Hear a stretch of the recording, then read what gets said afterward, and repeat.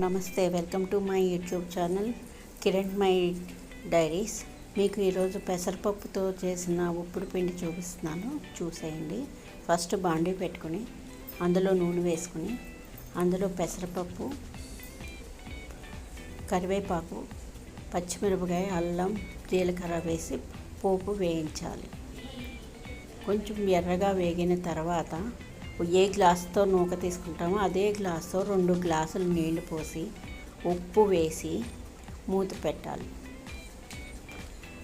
అది కొంచెం మరిగిన తర్వాత నూక వేసి బాగా తిప్పేయాలి.